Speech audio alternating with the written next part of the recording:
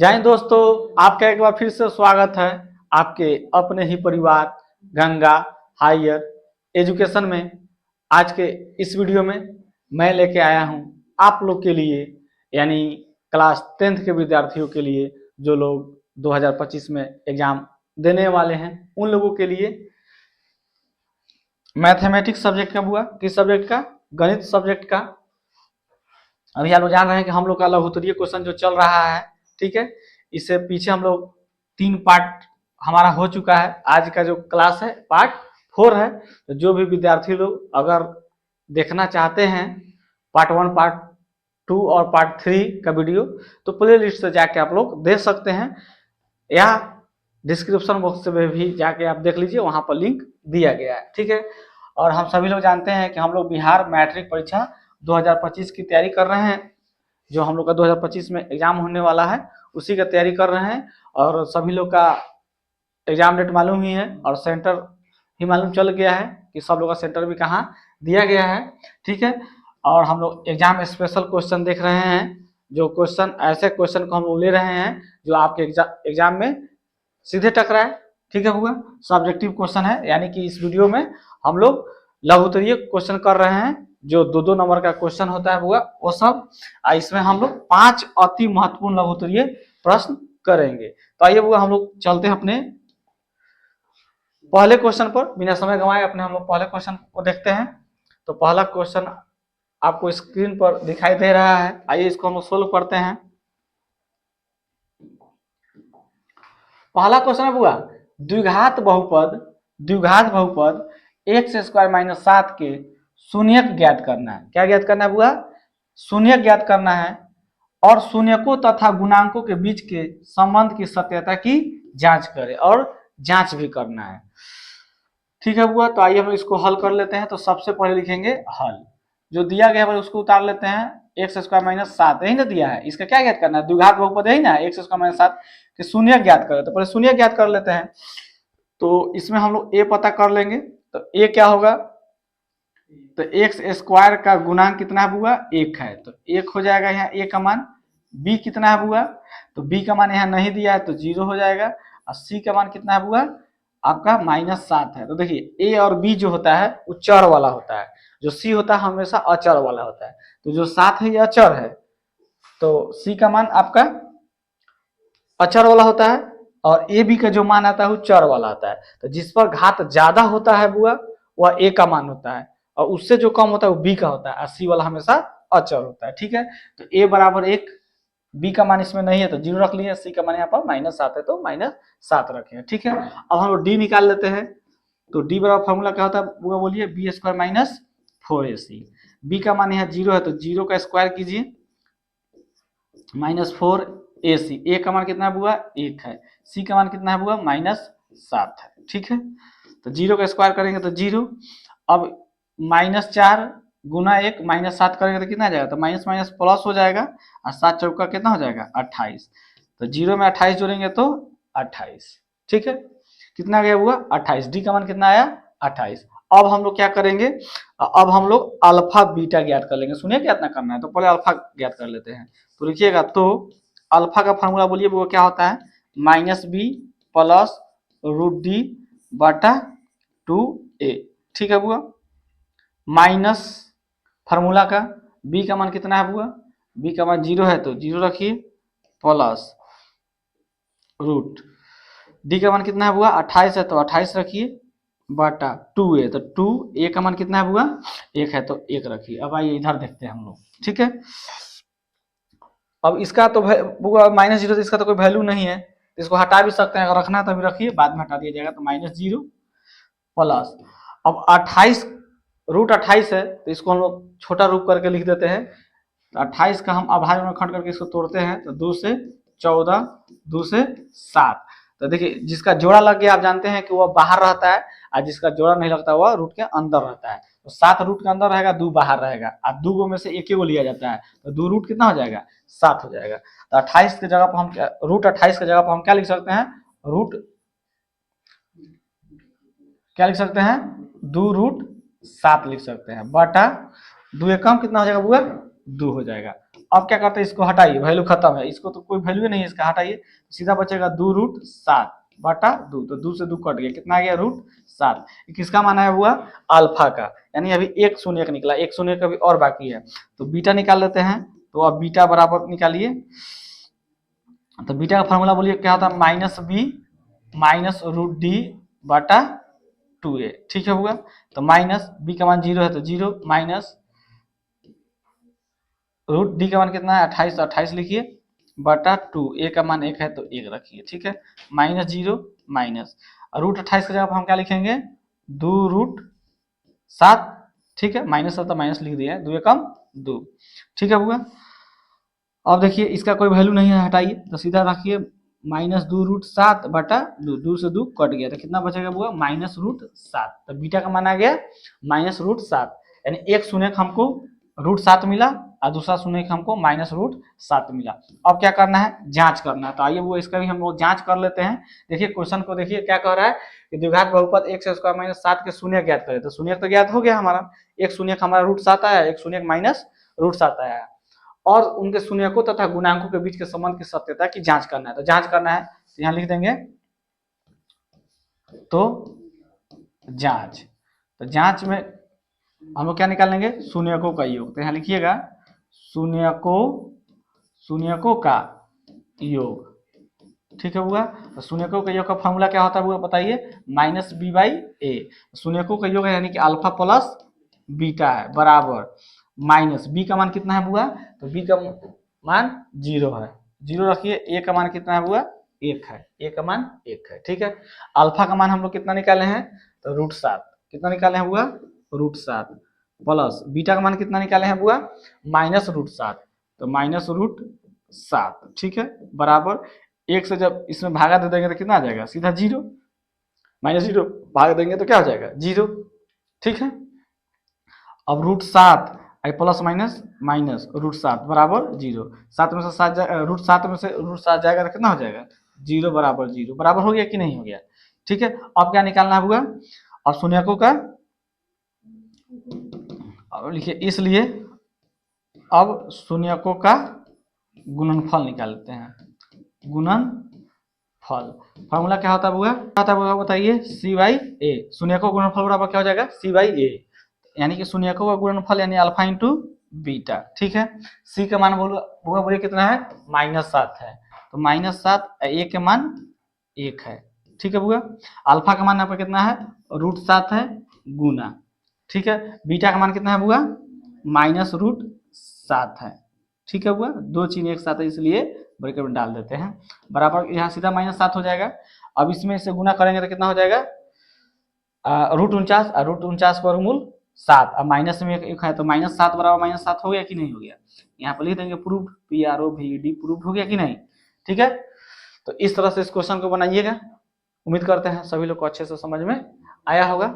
आगे बढ़े हुए हटाते हैं इस क्वेश्चन को, आइए हम लोग अब दूसरे क्वेश्चन को देख लेते हैं।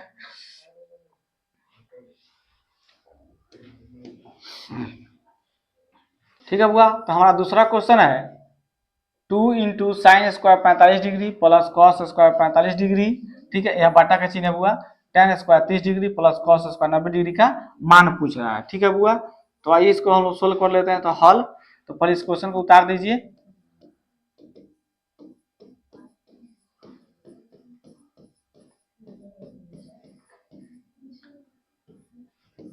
बटा में कितना है बुआ, बटा में हमारा tan² 30 डिग्री है, tan² 30 डिग्री है बुआ, 30 है, ठीक है, प्लस cos² 90 डिग्री। आइए बुआ इसको हम लोग सोल्व कर लेते हैं।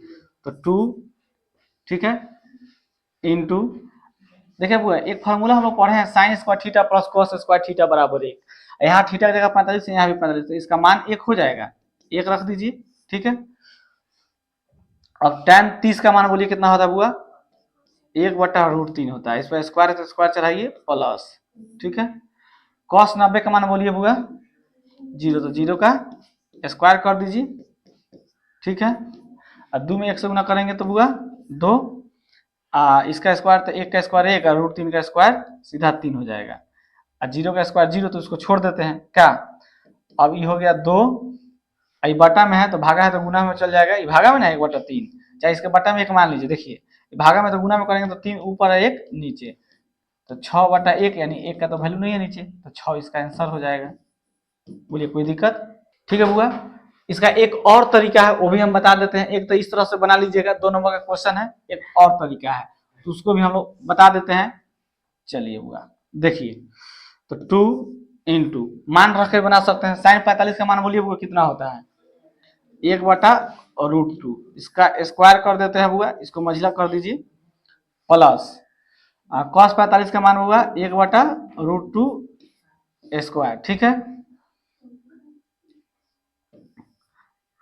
अब बटा दीजिए, बटा, चलिए बुआ tan 30 का मान 1/√3 का स्क्वायर प्लस cos 90 का मान 0 का स्क्वायर। ठीक है, यहाँ बनाते हैं, बराबर करते हैं 2 इंटू, देखिए 1 का स्क्वायर करेंगे तो 1 और √2 का स्क्वायर करेंगे तो सीधा 2। ठीक है, प्लस 1 का स्क्वायर 1 और √2 का स्क्वायर 2। ठीक है, अब इधर देखिए 1 का स्क्वायर 1 और √3 का स्क्वायर करेंगे तो 3, प्लस 0 का स्क्वायर करेंगे तो 0।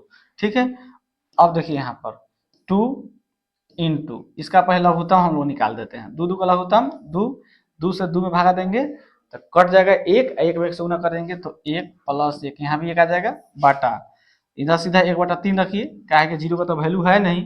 ठीक है बुआ, अब ये क्या हो जाएगा 2 गुना 2/2 हो जाएगा बुआ। ठीक है, बाटा कितना हो जाएगा 1/3, तो इससे ही कटा दीजिए, तो ऊपर कितना बचेगा बुआ 2 और नीचे आएगा 1/3, तो 2 भागा में तो गुना में तो 3 ऊपर चल जाएगा, 3 दूना कितना हो जाएगा 6, यही क्या हो जाएगा आंसर। ये भी तरीका है, ये थोड़ा लंबड़ गया, लेकिन आप पहले वाला से बना लीजिए तो छोटा हो जाएगा, चाहे इससे भी बनाइए कोई दिक्कत नहीं है, इसका आंसर कितना है 6 है। ठीक है बुआ, ठीक है बुआ, तो आगे बढ़ते हैं हम लोग। अब आ जाते हैं हम लोग अपने तीसरे क्वेश्चन पर। तीसरा क्वेश्चन बुआ, पी के किन मानों के लिए निम्न समीकरणों के युग्म का एक अद्वितीय हल है। एक अद्वितीय हल होने की स्थिति में हमको इसको सोल्व करना है, तो यहाँ लिखेंगे बुआ हल। ठीक है, तो जो क्वेश्चन है पहले उसको उतार लेते हैं, 4x plus P Y plus 8 बराबर 0, इसको हम समीकरण 1 मान लेंगे। उसके बाद दिया हुआ 2x प्लस 2y प्लस 2 बराबर 0, समीकरण 2 मान लेते हैं। ठीक है, तो a1 निकालते हैं, a1 कितना हो जाएगा 4, b1 कितना हो जाएगा बुआ p, और c1 कितना हो जाएगा बुआ 8। a2 ज्ञात कीजिए, a2 कितना हो जाएगा, 1 से गुना कितना है 2, b2 ज्ञात कीजिए, y कितना है 2, और c2 ज्ञात कीजिए 2। ठीक है, तो यहाँ लिखते हैं, तो अद्वितीय हल होने की स्थिति में, नहीं अद्वितीय अद्वितीय हल होने की स्थिति में, चलिए वो इधर देखते हैं, उस साइड देखते हैं। अद्वितीय हल कब होता है, तो वो आप लोग जानते हैं कि जब a1/a2 बराबर नहीं होता है b1/b2 के, तब क्या होता है अद्वितीय हल होता है। ठीक है, अब इसका मान पुट कीजिए, a का मान कितना है हुआ, a1 का मान 4 है तो 4 लिखिए, a2 का मान कितना है 2 है तो 2 लिखिए, बराबर नहीं होगा b1/b2 के, तो b1 का मान कितना है हुआ p है। ठीक है, और b2 का मान कितना है 2 है। अब क्या करते हैं, क्रॉस मल्टीप्लाई कर देते हैं, तो ये हो जाएगा 2p, ये हो जाएगा 4 दूना 8। ठीक है, तो p बराबर क्या हो जाएगा 8/2, कट गया तो 4, यानी p नहीं बराबर होगा 4 के, यानी p का मान क्या करना है 4 के बराबर नहीं रखना है, यानी 4 को छोड़कर अतिरिक्त मान रख दीजिएगा तो क्या होगा अद्वितीय हल होगा। तो आप लिख सकते हैं, नीचे से आप लिख सकते हैं, अतः 4 के अतिरिक्त, अतिरिक्त मतलब 4 को छोड़कर, अतः लिखिएगा, अतः 4 के अतिरिक्त p के प्रत्येक मान के लिए दिए गए समीकरण युग्म का एक अद्वितीय हल होगा। ठीक है, एक बार फिर से समझिए। तो आप देखिए इतना पर भी आप कीजिएगा तो आपका हो जाएगा। तो इस बात को आपको लिखना है तो लिख दीजिए, नहीं लिखना है तो नहीं लिखिए। अगर याद रहेगा तो लिख दीजिएगा, नहीं है तो इतना पर भी हो जाएगा। कॉपी जो चेक करेगा वो समझ जाएगा कि हाँ इसका आंसर है कि पी का मान 4 के छोड़कर ही कोई मान आएगा तो क्या होगा, अद्वितीय हल होगा।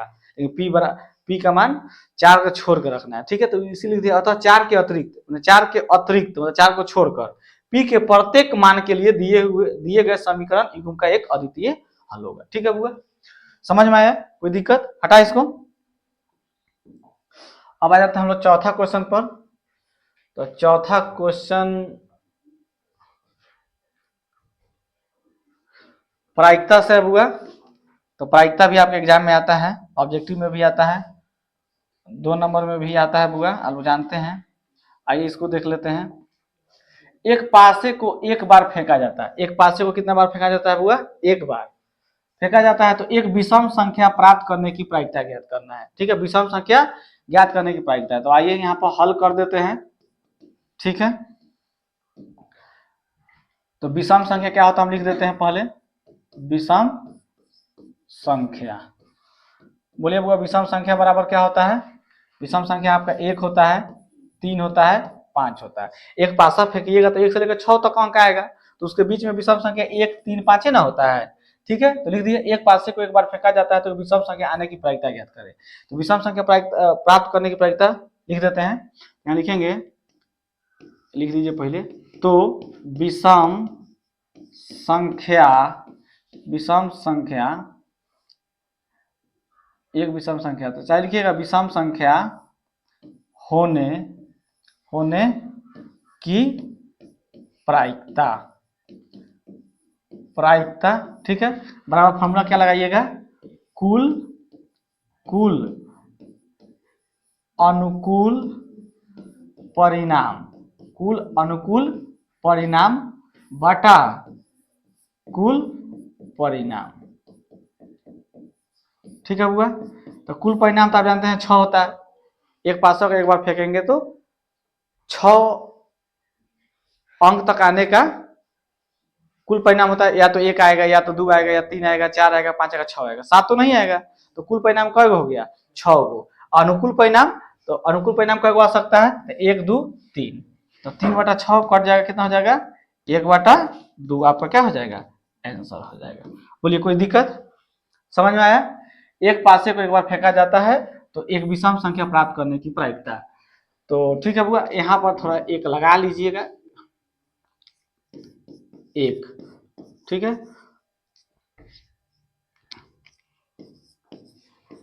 तो एक विषम संख्या होने की प्रायिकता। ठीक है, कुल अनुकूल परिणाम बटा कुल परिणाम, तो कुल परिणाम 6 हो गया, अनुकूल परिणाम कितना हो गया?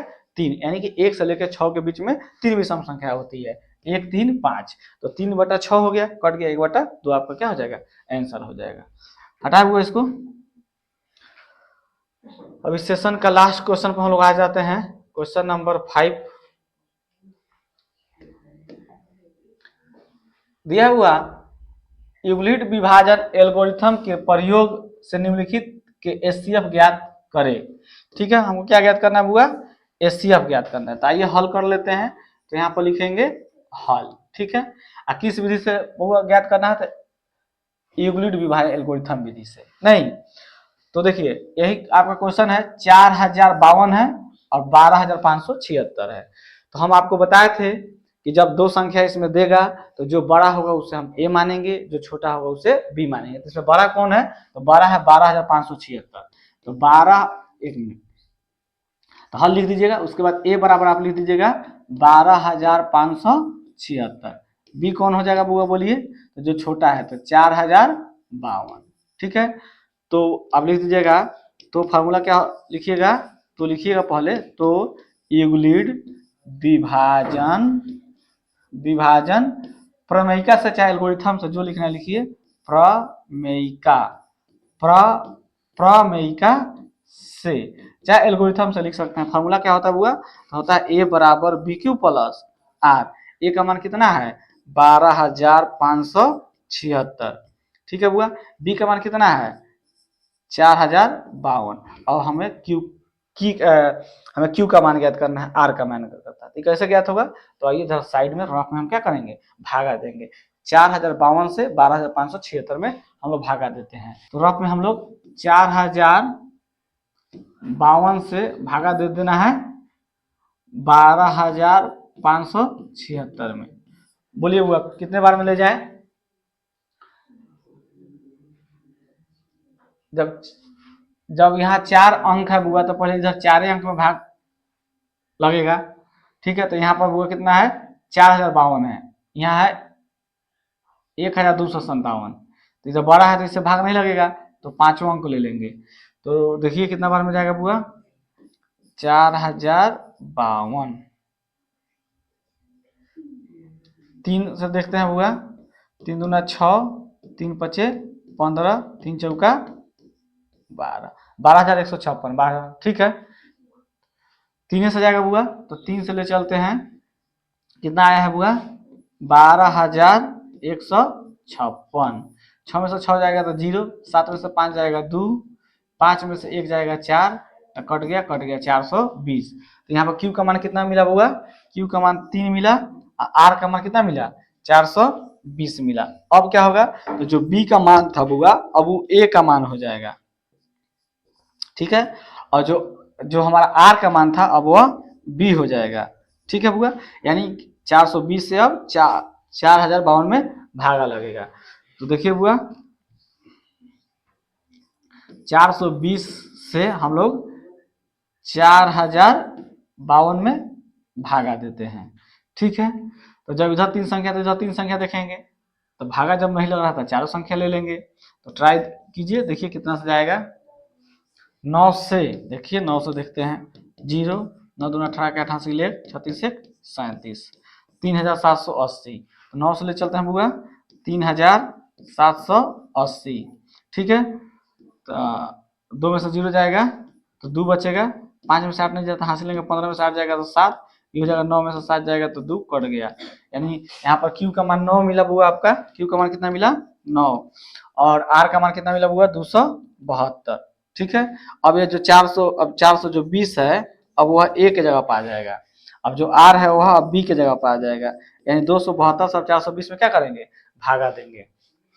तो 272, देखिए यहाँ पर 272 से 420 में भागा देंगे, तो 2 बार में तो ज्यादा हो जाएगा, एक ही बार में जाएगा 272। तो 10 में से 2 जाएगा तो 8। ठीक है बुआ, यहाँ हो जाएगा कितना? 11, 11 में 7 जाएगा तो 4, 3 से 2 जाएगा तो 148। ठीक है, यानी क्यू का मान हमको 1 मिला, और आर का मान कितना मिला? 148। ठीक है, अब एक स्टेप और बढ़ाइए, 272, जो बी था वो ए हो जाएगा, जो आर था वो बी हो जाएगा। अब 148 में 272 से भागा देंगे, 148 भागा 272, एक बार में ही जाएगा 148। 2 में से 8 नहीं जाएगा, हासिल लेंगे, 12 में से 8 जाएगा, 12 में से 8 जाएगा तो 4, 12 में से 8 जाएगा तो हुआ 4, ये हो जाएगा, 6 में से 4 जाएगा 2, यहाँ हो जाएगा 1, 124 बचेगा नहीं। यानी क्यू का मान 1 मिला, आर का मान 124 मिला। ठीक है, इसको हटाते हैं हुआ, इधर देखते हैं। अब